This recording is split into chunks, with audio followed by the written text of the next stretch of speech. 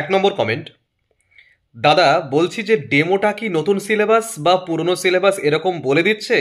পুরনো সিলেবাস থেকে ডেমো দিলে কি অসুবিধা আছে? না, পুরনো সিলেবাস থেকে ডেমো দেবে না।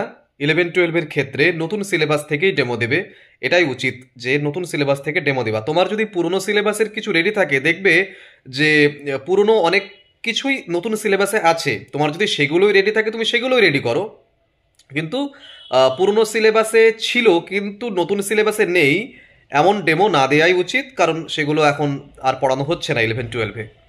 হ্যাঁ, অনেকের সঙ্গে কথা বলে এটা জানা যাচ্ছে যে 11 বা 12 এটা কিন্তু মাঝে মাঝে মেনশন করছে, ঠিক আছে, যে আপনি 11 থেকে একটা ডেমো দিন বা 12 থেকে একটা ডেমো দিন, কিন্তু সেমিস্টার হিসেবে কিন্তু কিছু বলছে না যে ফার্স্ট সেমিস্টার থেকে বা সেকেন্ড সেম থেকে দিন, এগুলো কিন্তু বলছে না 11 এবং 12 থেকে। সুতরাং উত্তর হলো কি, নতুন সিলেবাস থেকেই ডেমো দেবেন। যদি খুব অসুবিধা হয় তাহলে দেখবেন পুরনো এবং নতুনের মধ্যে কিছু কমন জিনিস আছে, আপনি সেগুলোও দিতে পারেন। ওকে, নেক্সট, ডেমো কি নিজের ইচ্ছা অনুযায়ী হবে? এটা লাখের উপরে ডিপেন্ড করছে, কিন্তু ম্যাক্সিমাম ক্ষেত্রেই শোনা যাচ্ছে যে ডেমোকে মানে আপনি নিশ্চয়ই কোনো ডেমো তৈরি করে এসেছেন দেখান, এরকমই বলা হচ্ছে। সুতরাং কোনো চাপ নেই, ডেমো কিন্তু নিজের ইচ্ছাতেই ম্যাক্সিমাম ক্ষেত্রে হচ্ছে। ওনারা শুধু ক্লাসটা মেনশন করতে পারেন। 3 নম্বর কমেন্ট, স্যার বলছি আমার তো 1 নম্বরের জন্য 11-12 পলিটিক্যাল সায়েন্সে ডাক পাইনি। আমি কি সেকেন্ড প্যানেলের আশা করে প্রিপারেশন নেব? পড়াশোনা একদমই হচ্ছে না। সেকেন্ড প্যানেলের আশা আমি এর আগে বেশ কয়েকবার বলেছি, আবারও বলছি, সেটা হচ্ছে যদি 1 নম্বরের জন্য আপনি ভেরিফিকেশনে ডাক পাননি, এরকম হয় মানে কাট অফ থেকে 1 কম পেয়েছেন, সেক্ষেত্রে আপনি সেকেন্ড প্যানেল যদি হয় আপনি ডাক পেলেও পেতে পারেন, পাবেন, অবশ্যই পাবেন। যদি কি হয় রেশিওটা কমে যায়, 100-র জন্য 160কে ডাকতে গিয়ে 180 জনকে ডেকে ফেলেছে, যদি 30 জন বাদ চলে যায় তাহলে 180 - 30 = 150, 150 160-এর থেকে কম হয়ে যাচ্ছে, তখন কিন্তু 1 নম্বর যারা কম পেয়েছে কাট অফ থেকে তারা কিন্তু চান্স পাবে সেকেন্ড লিস্টে আসবার।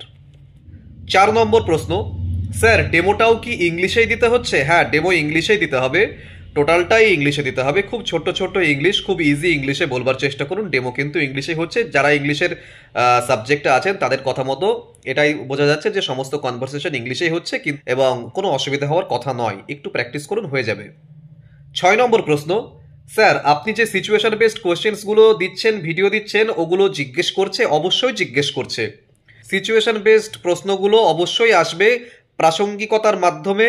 তো তুমি যে ডেমো দিচ্ছ তার মাধ্যমে, বা তুমি যে কথা বলছো, সেলফ ইন্ট্রোডাকশন দিচ্ছ, সমস্ত কিছুর মধ্যেই কিন্তু সেই সমস্ত মানে প্রত্যেকটা সিচুয়েশনের মধ্যেই তো সিচুয়েশন বেসড প্রশ্ন লুকিয়ে থাকে। সুতরাং সেগুলো কিন্তু ধরছে এবং সেগুলো কিন্তু ধরবেও। 7 নম্বর কমেন্টটি আমি শুধু পড়বো, আমি কোনো উত্তর দেব না। এসএসসি নিয়ে যা কিছু হচ্ছে এগুলো টোটাল একটা প্ল্যানিং। এখানে কোর্ট, কেন্দ্র, রাজ্য, কমিশন কেউ আলাদা নয়, সবাই একসঙ্গে খেলছে। একবার এক নেতামন্ত্রী বলেছিলেন, রাজনীতি করতে শিখুন, সবকিছু স্বচ্ছ করবেন না। এটাই হলো রাজনীতি। এর উদ্দেশ্য একটাই, সরকারি শিক্ষা ব্যবস্থাকে ধ্বংস করে দেওয়া। বাকি আমি আপনি যা দেখছি সবটা নাটক। না হলে একই কমিশন একই ভুল বারবার করতো না।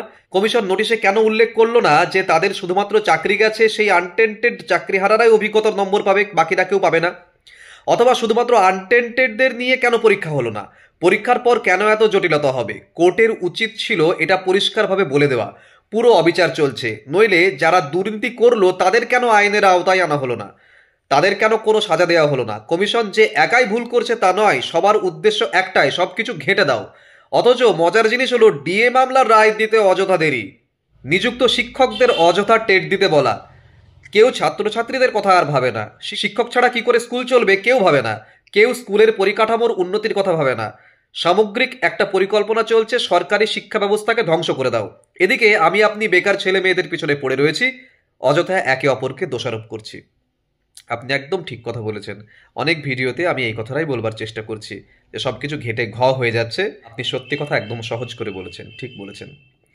এই ভিডিও এইটুকুই। আমি প্রত্যেক দিন সন্ধে 6টার সময় এরকম একটা ছোট্ট ভিডিও নিয়ে আসছি, যে যেমন কমেন্ট করছেন সেই কমেন্টের রিপ্লাইগুলো নিয়ে, যেগুলো মোস্ট ইম্পর্টেন্ট, যেগুলো সবার জানা দরকার, সেই রকম 7টা প্রশ্ন নিয়ে আসছি প্রত্যেক দিন সন্ধে 6টায়।